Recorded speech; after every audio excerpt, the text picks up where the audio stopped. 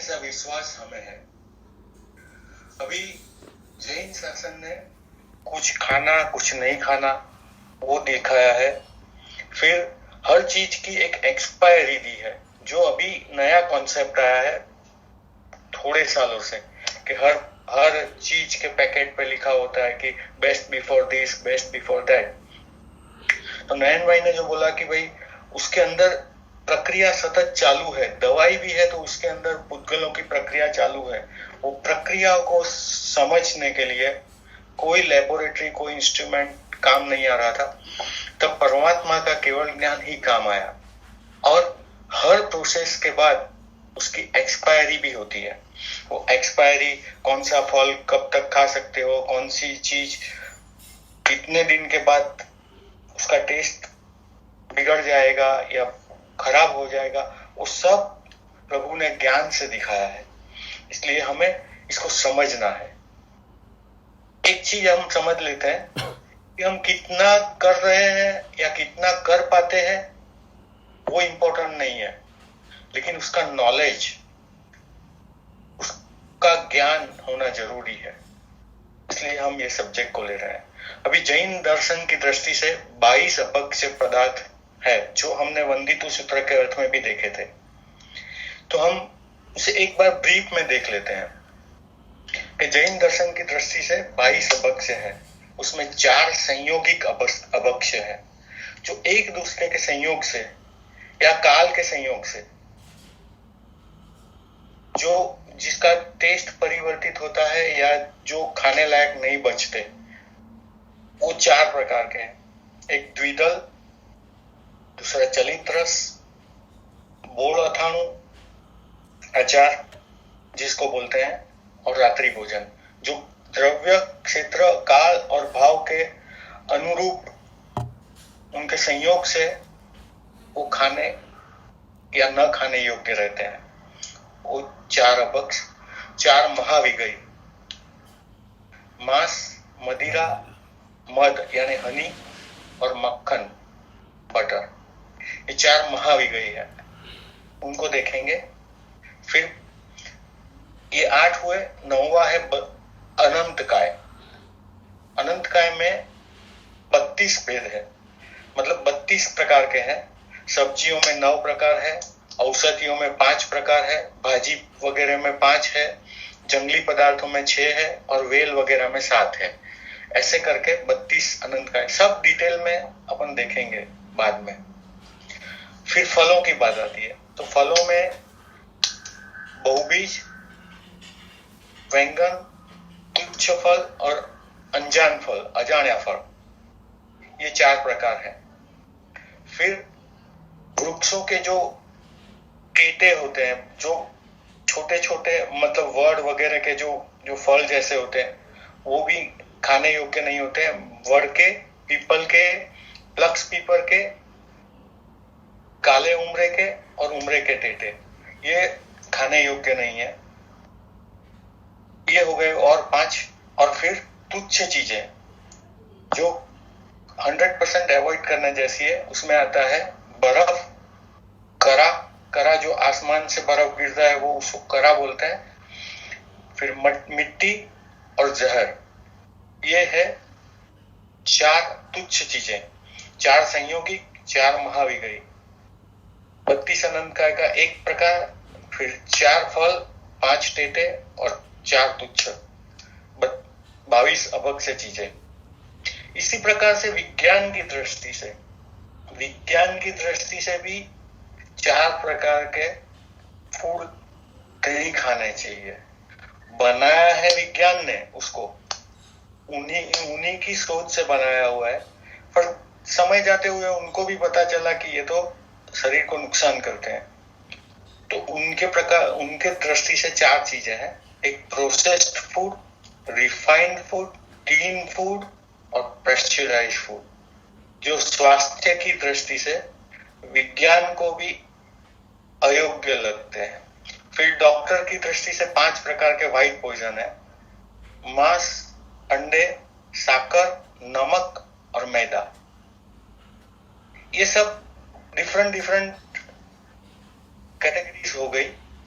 उसमें हम अभी स्टार्ट करते हैं अपने जैन शासन की दृष्टि से, जैन धर्म के आहार विज्ञान की दृष्टि से जो जो चीजें हैं उनके ऊपर जो महानुभावों ने रिसर्च किया है, जो ग्रंथों का मतलब उपयोग किया है उसको समझाने में, वो ग्रंथों का नाम है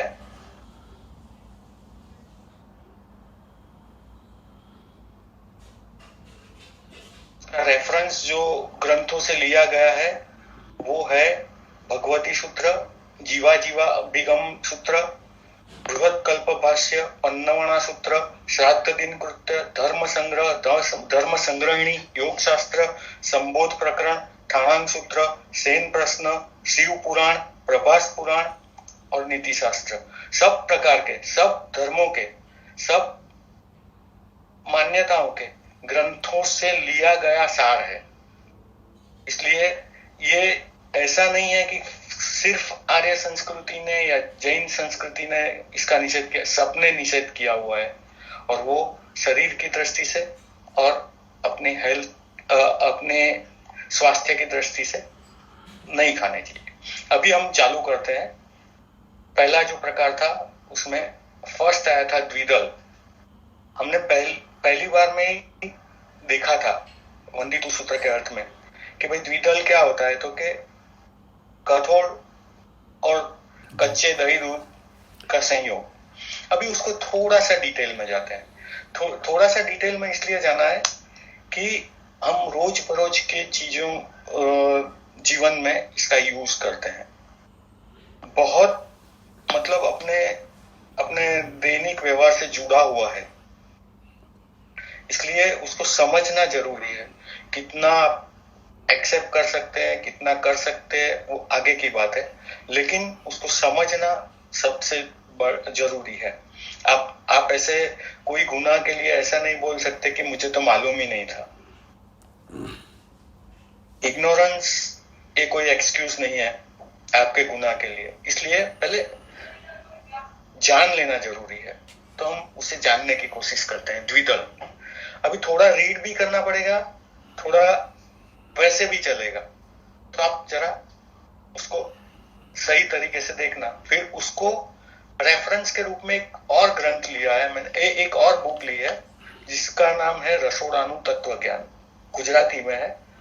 उसके हम थोड़े स्लाइड्स भी ग्रुप में भेजेंगे, तो जिसको जो समझना है, उसमें जो कोई कंफ्यूजन है वो भी उसके क्वेश्चन आंसर कर सकते हैं, या तो प्रिपरेशन कर सकते हैं। थोड़े क्वेश्चन आंसर है उसको भी आप समझने की कोशिश करेंगे। तो द्विदल जिसमें दो दल है, दो विभाग होते हैं, ऐसे धान जैसे मग, तुअर, अड़द, चना, मठ, वाल, तुअर, चौला, वटाना, मेथी, मसूर, कतनी और लौंगनी, इस तरीके के जो भी कठोल है वो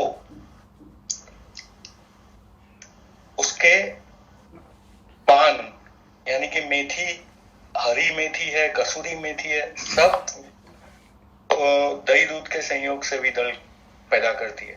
इसलिए उसका जो बेसिक डीएनए है, जो कठोल है, उसका जो बेसिक डीएनए है वो ऐसा है कि दही दूध, कच्चे दही दूध के संयोग से वो द्विदल को ही पैदा करते हैं। इसलिए द्विदल को हम जरा डिटेल में समझते हैं, उसकी व्याख्या। एक जो जे वृक्षना फल रूपे न होय, it is not the fruit, वृक्ष के ऊपर फल के रूप में नहीं लगा है, या तो फिर वो फली के रूप में लगता है। मतलब जो वटाने है उसके जो फली आती है वो फली के रूप में आते हैं, फल के रूप में नहीं आते। फल के रूप में क्या बोल सकते हैं, सफरजन है, ये सब है, वो सफरजन वगैरह फल के रूप में, लेकिन ये फली के रूप में होता है, इसलिए वो फल के रूप में नहीं है। एक उनके द्विदल को समझने की 3-4 बेसिक्स हैं कि एक तो वो वृक्ष के फल के रूप में नहीं होते हैं, जिसको पीलने से तेल नहीं निकलता है। सवाल आता है सींगदाना, वो भी उसके 2 पार्ट होते हैं उसको खोलने के बाद, और फली के रूप में ही होता है, और खोलने के बाद 2 पार्ट ही होते हैं, लेकिन उसमें से तेल निकलता है, राई में से तेल निकलता है। तो वो जो जिसमें से तेल निकलता है वृक्ष के फल रूप नहीं है, और जिसको हल्के से घंटी में डालने से उसकी दाल बनती है। मतलब एकदम से परफेक्टली 2 पार्ट बन जाते हैं इस प्रकार से। और जिसके दो पार्ट के बीच में कोई पड़ नहीं होता है, पड़ मतलब एक लेयर जैसा आता है, तो लेयर जैसा कुछ नहीं होता है इसमें, एग्जैक्टली 2 पार्ट हो जाते हैं। उसको गुजराती में बोलते हैं भरड़વું। जो जब आप घंटी में उसको भरड़ते हो या उसको सेमी ग्राइंड करते हो तो उसके 2 पार्ट हो जाते हैं। इसलिए उसको इस तरीके से समझना है कि वृक्ष के फल के रूप में नहीं है, जिसको पीलने से तेल निकलता है, जिसको भरड़ने से दाल बनती है, और जिसके 2 भाग के बीच में पड़ नहीं है।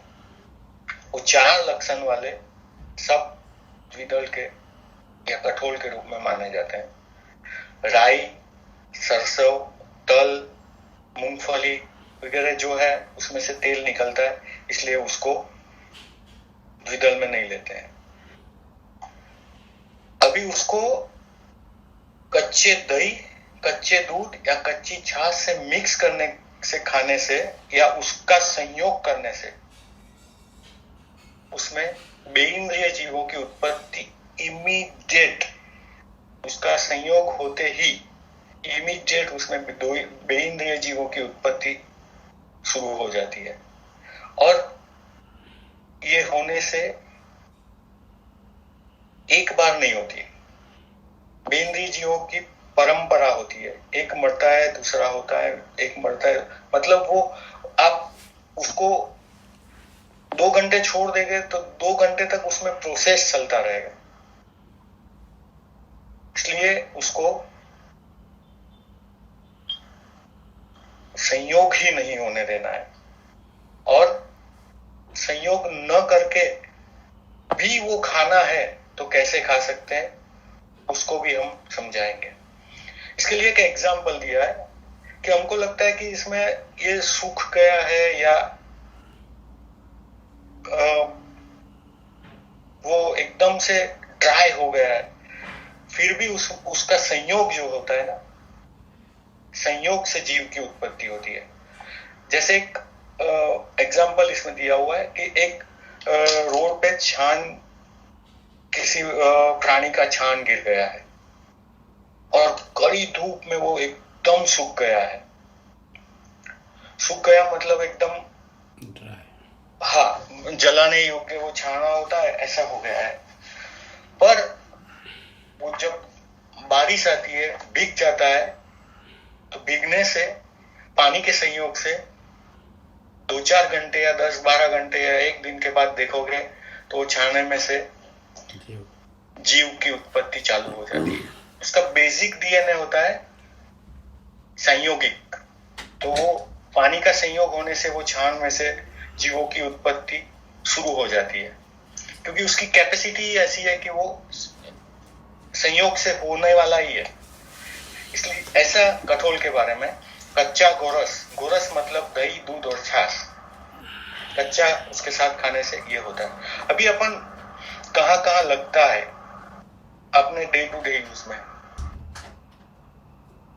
दही वड़े जो चौले की दाल के बनते हैं, उसके ऊपर हम मतलब उसकी डिसेंट लुकिंग के लिए फ्रीज में से आइसक्रीम जैसा, मतलब वो जो दही बना के फ्रोजन जैसा करके उसके ऊपर डाल देते हैं कि लुक उसका बेटर आए। पर वो लुक लाने के लिए अपन कच्चा दही यूज करते हैं।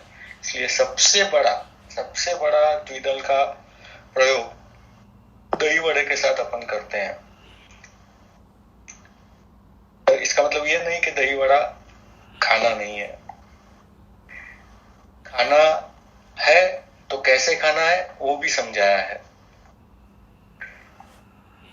જે સ્થળે દહીં વડાની સાથે મિક્સ કરતા પહેલા ચૂલા પર ધગધગતું ગરમ કરી લેવામાં આવે તો દોષ લાગતો નથી। तो दही को अपनी उंगली डालो तो जल जाए, ऐसा गर्म करने के बाद आप वर्ग से संयोग करेंगे तो उसमें कोई दोष नहीं लगेगा।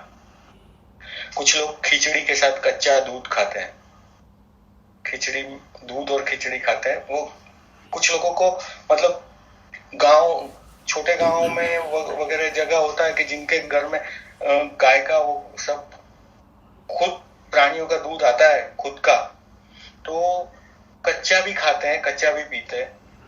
उसको बॉईल करने का, पेस्चराइज करने का वो सब तो है नहीं, तो कच्चे दूध और खिचड़ी खाते हैं कुछ लोग, ये भी है।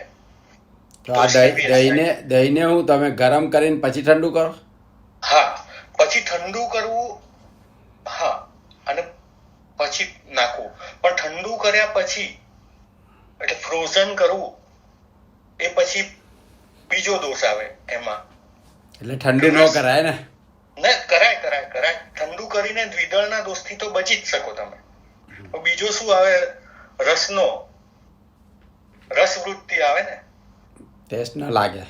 હા, એટલે ટેસ્ટનો દોષ લાગે, પણ એ સેકન્ડરી છે. પેલો જીવોત્પન્ન સેકન્ડરી દોષ એવો છે કે ટેસ્ટનો આવે, તો એ છે ને એક ઇન્ડિવિજ્યુઅલ પર છે, જ્યારે ઓલો લાખો કરોડો બેઇન્દ્રિય જીવોની ઉત્પત્તિ સાથે સંકળાયેલો, એટલે એને ગરમ કરવું અત્યંત જરૂરી છે. એટલે દહીંને ગરમ કરવાનું? દહીંને ગરમ કરવાનું. વડા તો ગરમ જ હોય, દહીંને ના, એટલે દહીએ જ્યારે બનાવે ત્યારે પહેલા દૂધ ગરમ કરીને બનાવે ને દહીં? દૂધ ગરમ કરીને બનાવે તો દહીં ના ચાલે. એટલે દહીં તો દૂધને ગરમ કરીને જ બને, પણ દહીંને ગરમ કરવાનું. દહીં એક અલગ સ્વરૂપ છે, દહીંમાંથી બનેલી છાશ એક અલગ સ્વરૂપ છે. એટલે દહીં, દૂધ અને છાશ જે કાચા હોય ને, જ્યારે દૂધમાં મેળવણ નાખીને દહીં બનાવ્યું ત્યારે એનો જે લેક્ટો સમથિંગ જે પ્રોસેસ હોય છે ને, એના પછી એ પાછું કાચું. દહીં તરીકે એ કાચું છે, દૂધ તરીકે એ ઉકળેલું હતું, પણ દહીં તરીકે કાચું છે. એનો અર્ક કાઢીએ, શ્રીખંડ બનાવીએ તો એ દહીં તરીકે કાચું છે. એટલે એ હા, દહીંને આપણે ગરમ કરીને પાછી ફ્રીઝમાં રાખીએ અને પછી યુઝ કરીએ તો ચાલે? એ ચાલે, વ્યવહારથી ચાલે, પણ એમાં બીજો દોષ એ લાગે કે આપણને ટેસ્ટ કરવો છે, આપણે રસ બનાવવો છે મનમાં, એ દોષ લાગે. પણ એ દહીંને ફ્રીઝમાં મૂકીને કે ઠંડુ કરીને એકદમ એ કરીને ચાલે જ. અને હવે એમાં છે ને ઘણીવાર સંદીપભાઈ, હા, આપણે દહીં ગરમ કરી લઈએ, પછી ઠંડુ પડે એટલે એમાં પાણી નાખીને છાશ બનાવી દઈએ તો ચાલે? શું કામ પાણી નાખીને છાશ બનાવવી પડે? આપણે જયારે છાશ બનાવી હોય તો છાશને ગરમ ન કરીએ અને દહીંને ગરમ કરીએ, પછી પાણી નાખીને ક્રશ કરીએ તો એ છાશ ચાલે? એ ચાલે જ ને. ચાલે ને?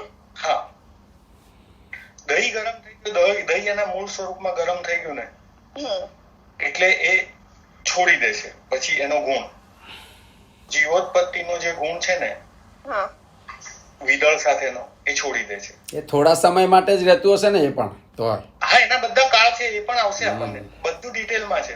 પછી રાયતું, આપણે જ્યાં જ્યાં ભૂલો કરીએ છીએ ને અત્યારે, એ આપણે જોઈએ છે કે આપણે કઈ કઈ વસ્તુમાં આનો પ્રયોગ કરીએ છીએ ને જ્યાં ચૂકીએ છીએ.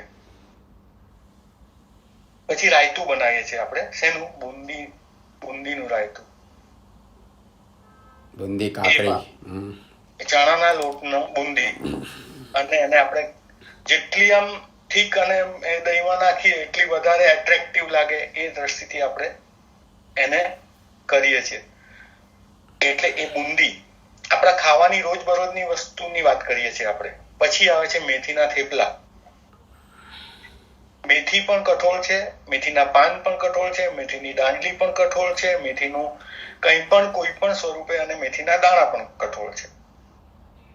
એટલે મેથી કોઈ પણ સ્વરૂપે નાખીએ ત્યારે અંદર નાખતી વખતે જે છાશ એને પલાળવા માટે નાખીએ, એ છાશ ગરમ હોવી જોઈએ.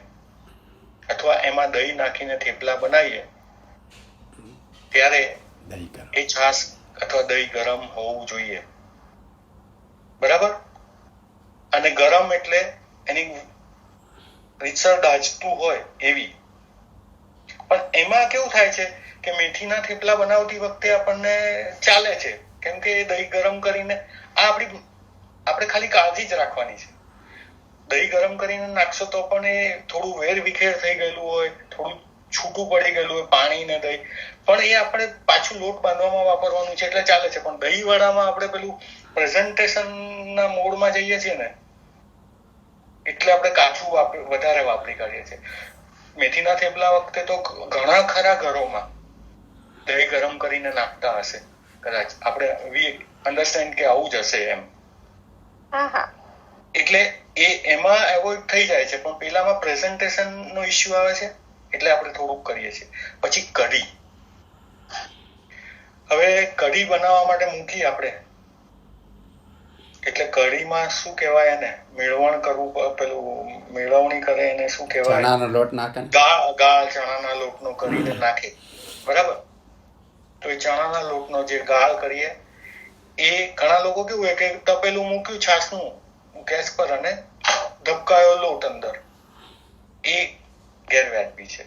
થોડું ઉકળે, બરાબર કઢીની ઉકળવાની શરૂઆત થાય ત્યારે એમાં મેળ કરવો. નોર્મલી આપણે ચણાના લોટનો કરતા હોઈએ છીએ કઢીની થિકનેસ માટે અને કઢીના જે ટેસ્ટ એના માટે. એટલે એ એક કાળજી રાખવાની વસ્તુ છે. ને આ બધી કાળજી આપણે કિચનમાં તમે રાખશો ને તો તમે અને બાકીના બધા આખું ફેમિલી એ પાપથી બચી શકે એમ. પછી જ્યારે બીજા સંયોગ થવાના હોય તમારા કઢીના જમણ સાથે, ધારો કે શ્રીખંડ છે, તો શ્રીખંડમાં જે કઢી બનાવવાની છે એ કઢીમાં ચણાનો લોટ નાખેલો હોય તો કાચા શ્રીખંડ સાથે એનો સંયોગ થાય તો વિદળનો દોષ લાગે. ક્લિયર? એટલે એ કઢીમાં જનરલી ચોખાના લોટનો મેળ કરે છે. અને જે કઢીના ટેસ્ટ માટે આપણે ગુજરાત વગેરેમાં મેથીના દાણા નાખે છે કઢીના ટેસ્ટને એન્હાન્સ કરવા માટે, તો એ મેથીના દાણા ના નંખાય. એટલે ખાલી મેથીના દાણા જો ભૂલથી નાખી દીધા રસોઈયાએ તો શ્રીખંડ સાથે એ કઢી યોગ્ય નથી, બરાબર. એટલે આખો હાથી નીકળી ગયો આપણો, તો બધું આપણે બરાબર કર્યું, છાશે ગરમ કરી એની અંદર આ નાખ્યું પણ એને ખાધું શ્રીખંડ સાથે, તો એ હાથી નીકળી ગયો અને પૂંછડું આવી ગયું. એટલે એ એક ખાસ. પછી શ્રીખંડના જમણો જ્યારે હોય લગ્ન વગેરેમાં, ત્યારે શ્રીખંડો હવે ઘણા લોકો એવોઇડ કરવા લાગ્યા હતા સ્વીટ તરીકે. કારણ કે શ્રીખંડના જમણ સાથે શું થાય, એક શ્રીખંડ પૂરી, એટલે અમારા ધારો કે દક્ષિણ ગુજરાતમાં છે તો શ્રીખંડ પૂરી પાત્રા અને ઊંધિયું, આવા જમણ પર. તો ઊંધિયામાં બધા કઠોળ આવવાના છે, પાત્રામાં ચણાનો લોટ આવવાનો છે. એટલે શ્રીખંડના જમણને બને ત્યાં સુધી એવોઇડ કરતા હતા લોકો. કારણ કે શ્રીખંડ લો એટલે ચણાના લોટનું બેન આવી જાય. પણ ઊંધિયામાં તો ચાલુ શાક જ આવે ને. શાક આવે ને, એ જ વાત છે ને. મેથીના પાંદડા નથી નંખાતા, મેથી આવે. તો શાક તો કેવી રીતે? વટાણા, વાલ, ચણા અને ઊંધિયામાં તો બધા જ કઠોળો આવી જાય. લીલા પાપડી આવે, થોડા ઘણા વાલ નાખે, વાલની પાપડી નાખે, થોડી ઘણી વટાણા નાખે, એટલે ઘણા બધા કઠોળ આવી જાય. એટલે શ્રીખંડના જમણો બને ત્યાં સુધી એવોઇડ કરે. ઇવન શ્રીખંડ સાથે મગની દાળ, વાલની દાળ બી નહીં ખવાય ને? ના જ ખવાય.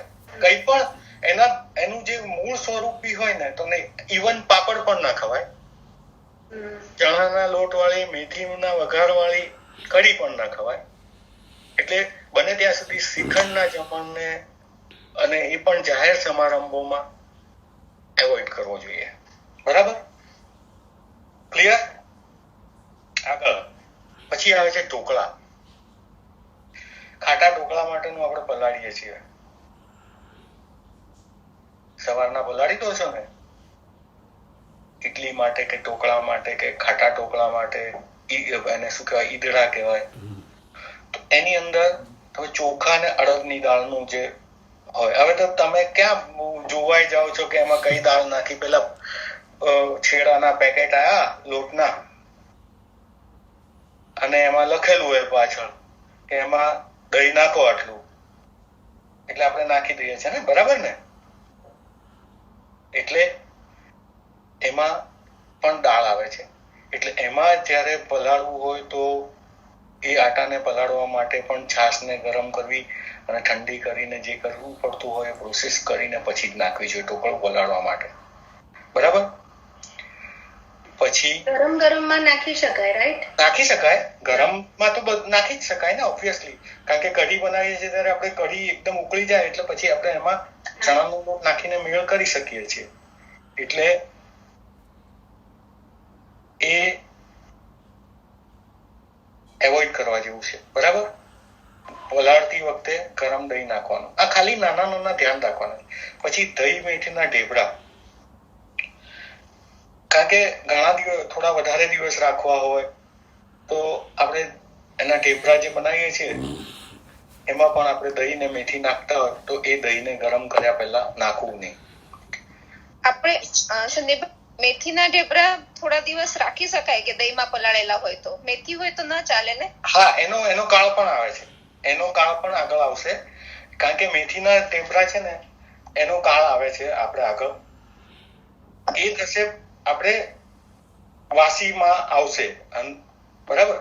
વાસી ક્યારે થાય એમાં એની ક્લેરિટી આવશે. બરાબર.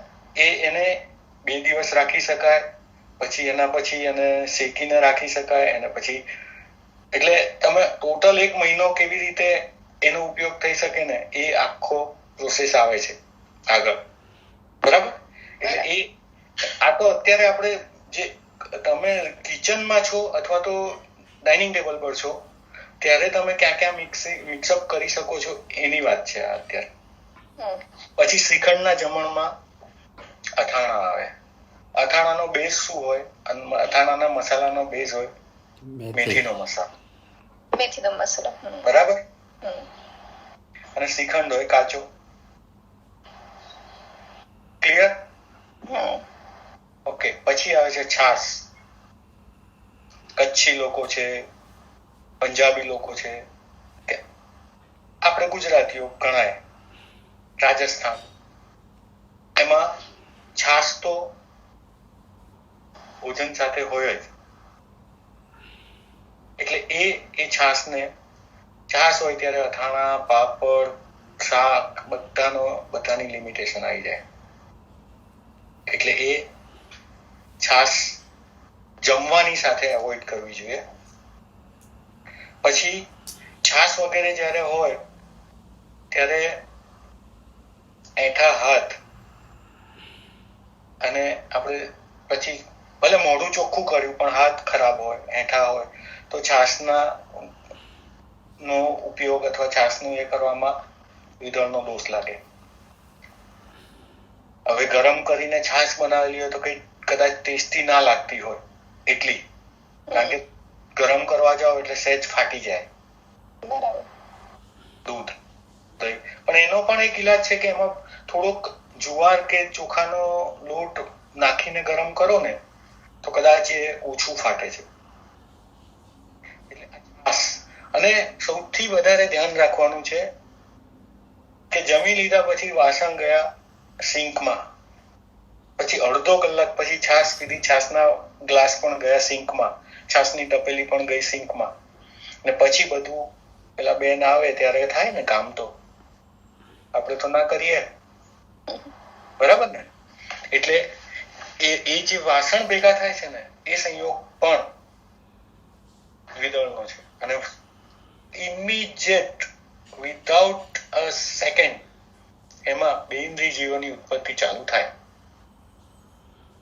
એટલે આ કાળજી ખાલી નાની નાની લેવાની છે, જે ઘણા મોટા પાપથી આપણને બચાવી શકે છે. બરાબર? એટલે છાસ પીતી વખતે, પીવડાવતી વખતે અને છાસને ના વાસણ એ બધામાં આપણે ખાસ ધ્યાન રાખવાનું. હવે કાચું દૂધ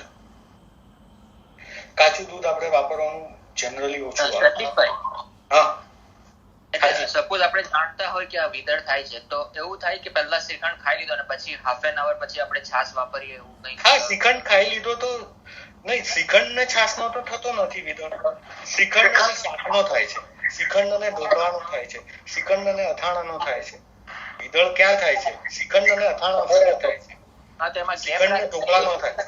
બે વચ્ચે ખાવાનામાં ગેપ રાખો તો થાય નહીં ને, મજા શું આવે?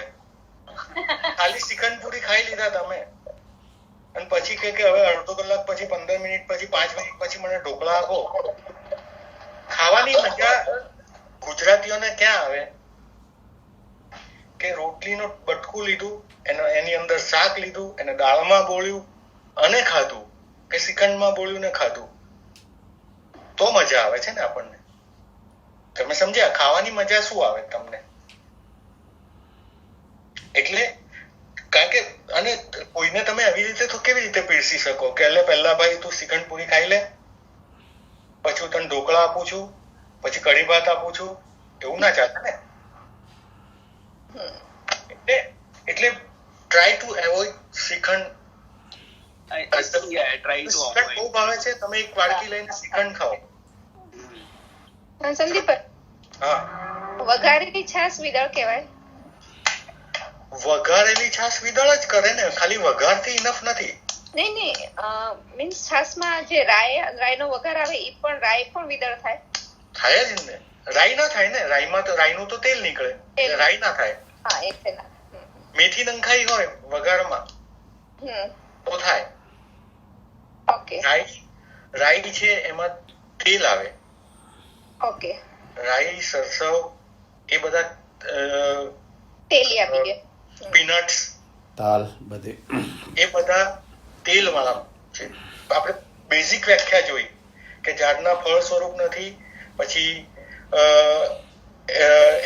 એમાંથી તેલ નથી નીકળતું. એ જે 4 વ્યાખ્યાઓ 5 વ્યાખ્યાઓ જોઈ ને આપણે, એ પ્રમાણે રાઈ ના આવે એમાં. પણ જનરલી છાસ વગેરેમાં રાઈનો વઘાર ઓછો, પણ જીરાનો વઘાર વધારે હોય છે. જીરાનો હોય અને કોથમીર નાખે તો એ પણ અટકી જાય છે.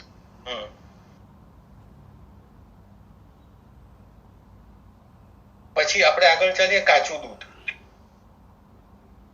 કાચા દૂધને તો આપણે આમ તો વાપરવાનું થતું નથી હોતું કશાની સાથે, કારણ કે આપણે બધું ગરમ કરીને કે નોર્મલી વાપરતા હોય. પણ જેને દૂધણા ઢોરો હોય એ લોકો, ઘણા લોકો ખાતા હોય છે ખીચડીને દૂધ કે ખીચડીને કાચું દહીં કે એ લોકો ખાય છે. બાકી જનરલી અત્યારે તો આપણે તો બધું ન વાપરવા જેવું દૂધ આવે છે, એટલે એમાં કઈ બીજું છે નહીં. અને કાચા દૂધ એને વાસી પણ ન રખાય.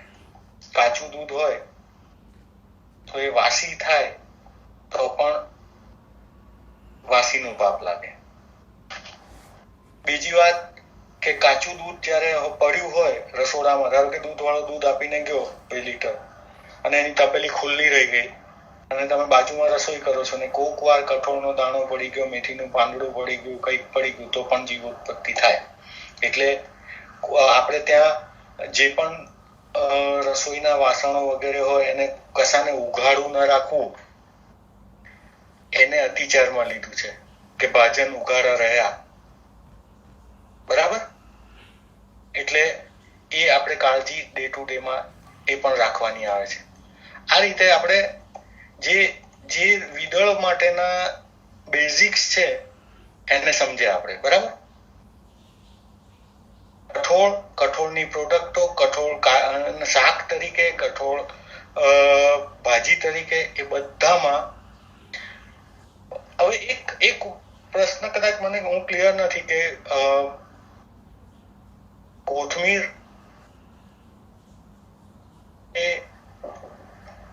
કઠોળમાં આવે કે નહીં? કોથમીર ના જ આવે ને, એ તો પાંદડા છે. ના. કોથમીર ના હા, આવે. મને અત્યારે વિચાર આવ્યો કે કોથમીર કઠોળમાં ના આવે કદાચ. એમાંથી કોઈ કઠોળ બનતું નથી. મેં ક્યાંક સાંભળેલું છે ત્યાં સુધી કોથમીર કઠોળમાં ગણાય. એમાંથી એના ઉપર ધાણા ઉગતા હશે, ધાણા ઉગે. એટલે એ ધાણાનું ફ્રૂટ આવે ને, ધાણા આવે. હા. ખબર નહીં કે હવે આપણે એક બીજો સબ્જેક્ટ છે દહીં. દહીંની કાળ મર્યાદા. દહીં એ આજે લઈ લઈએ કે પછી એ બીજી વાર કરશું? સંદીપભાઈ, આમાં થોડા સવાલો ઘણા આવશે એટલે આપણે એ જોઈએ. સવાલ જ. સંદીપભાઈ, હા, બોલો. દૂધનો ક્વેશ્ચન છે. તમે એમ કહ્યું ને કાચું દૂધ, તો આપણે અહીંયા તો ટેટ્રા પેક્સ ને ઓલો મેજી ફ્રેશ મિલ્ક ને એવી રીતે પેક્સ છે, તો એનું કેવી રીતે અમે લોકો શું કરતા હોય કે બે ડબ્બા કે 3 ડબ્બા સાથે ઘરે પડેલા હોય અને એક ઓપન કર્યો એ કદાચ બે દિવસ ચાલશે. એટલે એ છે ને, એ બેઝિકલી એ દૂધ આમ પણ વાપરવા યોગ્ય નથી ગણાતું ધર્મની દ્રષ્ટિએ, પણ પેલું મળવાનું નથી તમને. તમે સમજો? હા હા. એટલે પ્રેક્ટિકલી રોજ દૂધ આપી જાય એવું કોઈ મળવાનું નથી તમને અહીંયા, અને રોજે રોજનું કઈ વપરાશમાં આવશે એ પોસિબિલિટીઝ અહીંયા ઓછી દેખાય છે. અહીંયા નહીં, મુંબઈમાં ઓછી દેખાય છે. અને હવે એક આપણે ચલણ એમાં આવી ગયા છે કે ડેરીઓના દૂધ જ અથવા પેકિંગ વાળા દૂધ જ આવે છે. એટલે એમાં હવે આપણે અત્યારે તો બીજું કઈ કરી શકીએ એમ નથી. પણ જૂના ટાઈમમાં રાત્રે દૂધ નતા રાખતા, ગરમ કરીને રાખે. હા, એટલે એનો જે કાળ હોય એ પ્રમાણે એને ગરમ કરીને રાખતા હતા, કારણ કે ફ્રીજ પણ નતા. અત્યારે તો આપણે જે હોય ફ્રીજમાં જવા દઈએ છીએ અને પછી એમ જ અભક્ષ થઈ જાય છે. જતા જ એન્ટ્રી મારે એટલે પછી એનું એટલે જ કહે છે કે ફ્રીજને મળદા ઘર કહેવાય છે. એટલે એ અત્યારે આપણે ન વિચારી શકીએ એવું છે, કારણ કે અત્યારે તો આપણે ભગવાનના પક્ષાલમાં પણ દૂધ કયું વાપરીએ છીએ? પેસ્ચ્યુરાઇઝ જ હોય બધું. એટલે એ આપણી પાસે બીજો ઓપ્શન છે નહીં અત્યારે. પણ આપણે આજે છે ને આ બધા ઘણી ખરી વસ્તુ આપણે સમજી લેવી જરૂરી છે. તમે સમજ્યા? સમજશું તો જ્યારે અવસર આવશે ને ત્યારે આપણે એને છોડી શકશું. કોઈકનો સવાલ એવો આવે કે ભાઈ આપણે કરતા તો કઈ છીએ નહીં ને ખાલી સમજ્યા કરવાનો શું મતલબ છે? આ કેવું છે, મ્યુચ્યુઅલ ફંડમાં પેલું આપણને સમજાવે છે ને કે એનું રિસ્ક માર્કેટ પ્રમાણે છે એમ. એટલે આપણે એ ટર્મ્સ કન્ડિશન પહેલા સમજી લેવી પડે, પછી રિસ્ક તો તમારે કેટલું લેવું એ તમારે વિચારવાનું છે. એટલે આઈ મીન કોઈએ પણ વિચારવાનું છે કે ભાઈ મારે કેટલું રિસ્ક લેવું જોઈએ. હવે આ દ્વિદળમાં જે સૌથી ઇમ્પોર્ટન્ટ કદાચ ખાવામાં આપણે એવોઇડ કરીએ પણ જે વાસણ હેઠા છે ને એમાં જ આપણે ત્યાં મેજર પ્રોબ્લેમ આવે છે. એ તરફ થોડું વધારે ધ્યાન આપવાની જરૂર છે આપણે. એટલે દહીં ને છાસના વાસણ કે તરત ધોઈ કાઢવા સારા. રસોઈના કઠોળના વાસણ કે ભેગા ના થવા જોઈએ. સિંકમાં પણ ઇવન આપણે વર્ષોથી, એટલે મારા ઘરમાં તો દૂધની અને દહીંની જે તપેલીઓ હતી એ બી એમાં બીજું કશું જ નહીં યુઝ કરવાનું. હા, એટલે એ પહેલામાં એ રીતે જ હતી. દહીંની તપેલી, દૂધની તપેલી, દાળની તપેલી, બધી તપેલીઓ જ અલગ હતી. એટલે અલગ મીન્સ કે એની ક્વોન્ટિટી પણ અલગ હતી દરેક વસ્તુની, અને એના ગેજિંગ પણ અલગ હતા. દૂધની તપેલી ધારો કે પતલી જોઈતી હોય કે દાળની તપેલી જાડી જોઈતી હોય કે જે કે દાજી ના જાય દાળ ઉકળતી વખતે. એટલે એના જે છે ને ગેજ પણ અલગ હતા જૂના ટાઈમ નહીં પણ હમણાં સુધીના ઘરના વાસણોમાં. તમે તપેલીમાં પણ જોજો, એક જાડી હોય એક પતલી હોય. હા, એટલે ભૂલમાં જો દૂધની તપેલી વાપરી બીજા કોઈમાં તો આઈ બનાવે, દાંત પડી જાય.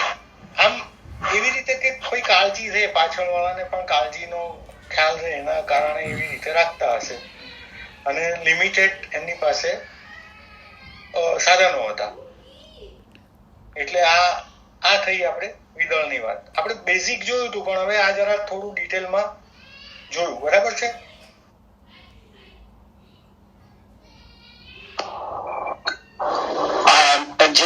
જસ્ટ પૂછ્યું તો આપણે દૂધ બધું વાત કરી, પણ how are things like soya milk and all that, એ બધું ક્યાં આવે?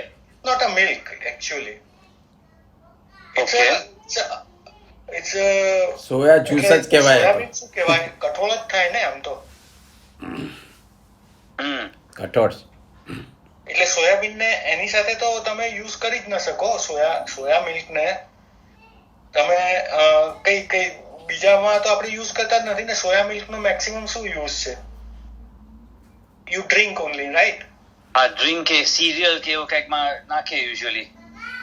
સિરિયલમાં જો કઠોળ વાળા cereal, I think it's not a milk, so it's a કઠોળ ઓનલી. હા, બરાબર. દહીં દૂધ સાથે મિક્સ ના થાય.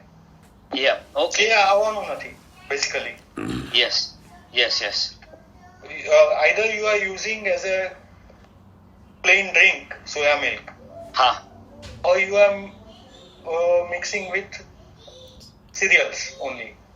બરાબર. તો એમાં કઈ મારા હિસાબે કોઈ મિલ્ક નો અંશ આવતો નથી. ઓકે. તો ઓકે, થેન્ક યુ. પછી બીજી વાત, ઘણી વાર કેરીનો રસ હોય, એની અંદર ઘણી વાર કાચું દૂધ મિક્સ કરે છે રસને. આ કેટલીક જગ્યાએ જોયું છે, જમણ વગેરે હોય તો થોડો ખાટો થઈ ગયો તો એમાં કાચું દૂધ નાખી દે. અગર જો એ થઈ ગયું તો એક તો વિપરીત ટેસ્ટ ભેગા થઈ ગયા છે, ખાટું અને દૂધ. એટલે એ ઓલરેડી નુકસાન કરે છે. અને એને પાછા રસપુરીના જમણમાં તમે ખાઓ, સમજો, તો એ વિદળનો દોષ પણ લગાડે.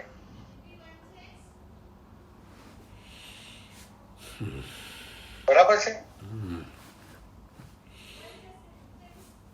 પણ દૂધ અને દહીં બી ભેગા નહીં થાય, રાઈટ? દૂધ અને દહીં તો ભેગા થાય તો ફાટી જાય ને. એટલે કદાચ દહીં બહુ ખાટું થઈ જાય ને તો ઘણાને મેં દૂધ નાખતા જોયા છે. ના, એવું કઈ દૂધ ને દહીં ભેગા કરો તો એ તો ઓલરેડી વિપરીત સ્વભાવ છે. એટલે તમારા દૂધને દહીં કરી નાખે. એટલે તમે સમજો, એક વાડકો દહીં હોય, એની અંદર કઈક અડધી વાડકી દૂધ નાખો, સમજો, તો પણ એ તો સેમ ગુણ વાળું છે આમ તો, પણ ના થાય ને. એટલે આ દ્વિદળ જેવું એમાં એટલે કશું પેલું વિપરીત ના કેમ થાય? શું બનાવવા માટે તમે ભેગું કરો એને? એટલે ઘણી વાર દહીં ખાટું થઈ ગયું હોય છે ને. મેં અમારા ઘરે તો ખબર નહીં નથી અલાવ કરતા મમ્મી, પણ અહીંયા આવ્યા પછી જોયું છે ઘણી વાર કે દહીં જો વધારે ખાટું હોય ને તો દૂધ નાખી દે તો દહીં મોડું થઈ જશે. પછી એનો યુઝ શું? પછી તો એટલે આવું કાચું ખાવામાં ને એમાં જ હશે. એટલે મારા ફ્રેન્ડ એટલે વિદળ થઈ જ ગયું છે ને. દહીં ખાઓ કે દહીં ને દૂધ મિક્સ કરીને ખાઓ કે એકલું દૂધ ખાઓ કાચું, હેલો, એને તમે કઠોળ સાથે ખાવાના હો તો વિદળ થાય છે. પણ દહીં ને દૂધ ભેગું કરવાથી વિદળ નથી થતું. એ વિપરીત ગુણ વાળી બે વસ્તુ ભેગી થાય છે. એટલે ખાટા ફ્રૂટ ની અંદર મિલ્કશેક બનાવો એ હેલ્થ માટે સારું નથી એકચ્યુઅલી. કેરીના રસ સાથે અથવા તો ઓરેન્જ સાથે, પાઇનેપલ સાથે જે આપણે મિલ્કશેક બનાવીએ તો એ હંમેશા વિપરીત સ્વભાવના બે દ્રવ્ય ભેગા થાય. એટલે એ જો વધારે વાર પડી રાખો તો એ આખો ટેસ્ટ જ બદલાઈ જાય છે. ઉપર આવી જાય. એટલે એ આખી એનું ફોર્મેશન જ અલગ હોય છે. ખાટા ફળો સાથે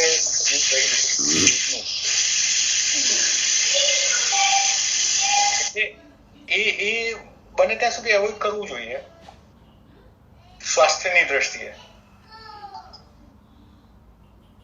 પછી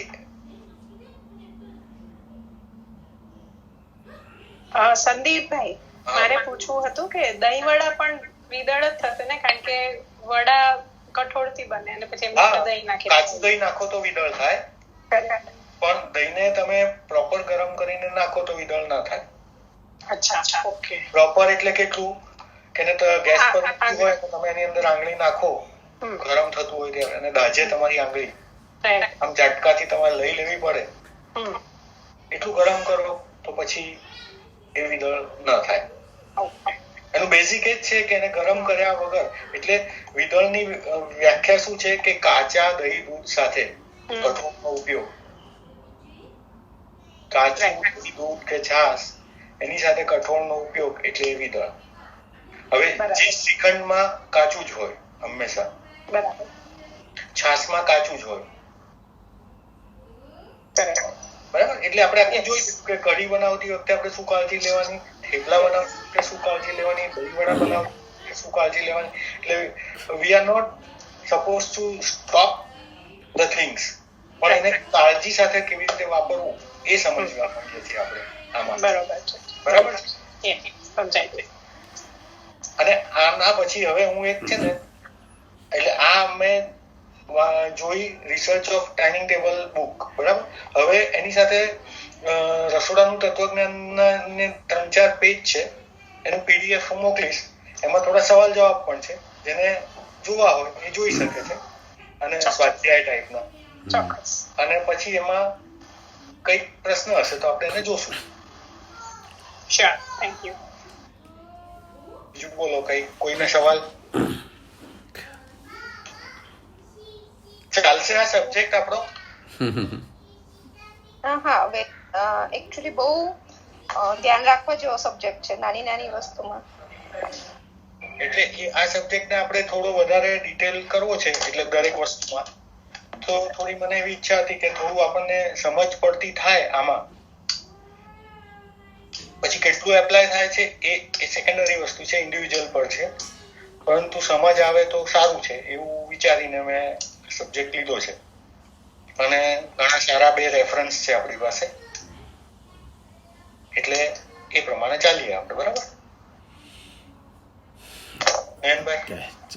માંગલિક. નમો અર્યંતાણમ, નમો સિદ્ધાણમ, નમો આર્યાણમ, નમો વૈચાણમ, નમો લોહી સવસાવણમ, એસો પંચ નમોકારો સૌ ભાવપણાસનો મંગલાણં ચ સવ્વે સિંપડમમ હવૈ મંગલમ. ચત્તારી મંગલમ અર્યંતા મંગલમ, સિદ્ધા મંગલમ, સાવ મંગલમ, કેવલી પન્નતો ધમ્મો મંગલમ. ચત્તારી લોગુત્તમા અર્યંતા લોગુત્તમા, સિદ્ધા લોગુત્તમા, સાહુ લોગુત્તમા, કેવલી પન્નતો ધમ્મો લોગુત્તમા. ચત્તારી શરણમ ભવજ્જામિ, અર્યન્તે શરણમ ભવજ્જામિ, સિદ્ધે શરણમ ભવજ્જામિ, સાહુ શરણમ ભવજ્જામિ, કેવલી પન્નતો ધમ્મો શરણમ ભવજ્જામિ. ઉપસર્ગાક્ષયમ યાન્તિ ચિદ્યન્તે વિઘ્નવલ્લય મનઃ પ્રસન્નતામેતિ પૂજ્યમાને જિનેશ્વરે. સર્વમંગલ માંગલ્યમ સર્વકલ્યાણકારણમ પ્રધાનમ સર્વધર્માણમ જૈનમ જયતિ શાસનમ. બોલો મહાવીર સ્વામી ભગવાન કી જય. આ સબ્જેક્ટ એવો છે, આ ડ્રાઇવિંગ જેવું છે કે આપણે એવું ના માની લઈએ કે ડ્રાઇવિંગ કરશું તો એક્સિડન્ટ થઈ જ જશે, થઈ જ જશે, થઈ જ જશે. એટલે ડ્રાઇવિંગ નથી છોડી દેવાનું, પણ આપણે કાળજીથી વાહન કેવી રીતે ચલાવી શકીએ ને એ છે આ. એટલે આપણે આ હવે નહીં ખવાય એવું નથી, પણ કાળજીપૂર્વક કેવી રીતે બનાવી શકાય એ સમજવાનું છે, એ જ છે. ઓકે, જય જિનેન્દ્ર. જય જિનેન્દ્ર. જય જિનેન્દ્ર. જય જિનેન્દ્ર, થેન્ક યુ. જય જિનેન્દ્ર. સંદીપભાઈ, આપનો ટોપિક શું આપું? વિડીયોના title research of dining table. 1, 2, 3, 4 એવી રીતે લખતા રહેજો ને દરેક પડી. આજ પાર્ટ 1 હતો, રાઈટ? લાસ્ટ વીક તો જસ્ટ ઓવરવ્યુ હતો. હા, એ સમરી હતી, હવે આ પાર્ટ 1 છે. Okay, okay, very good.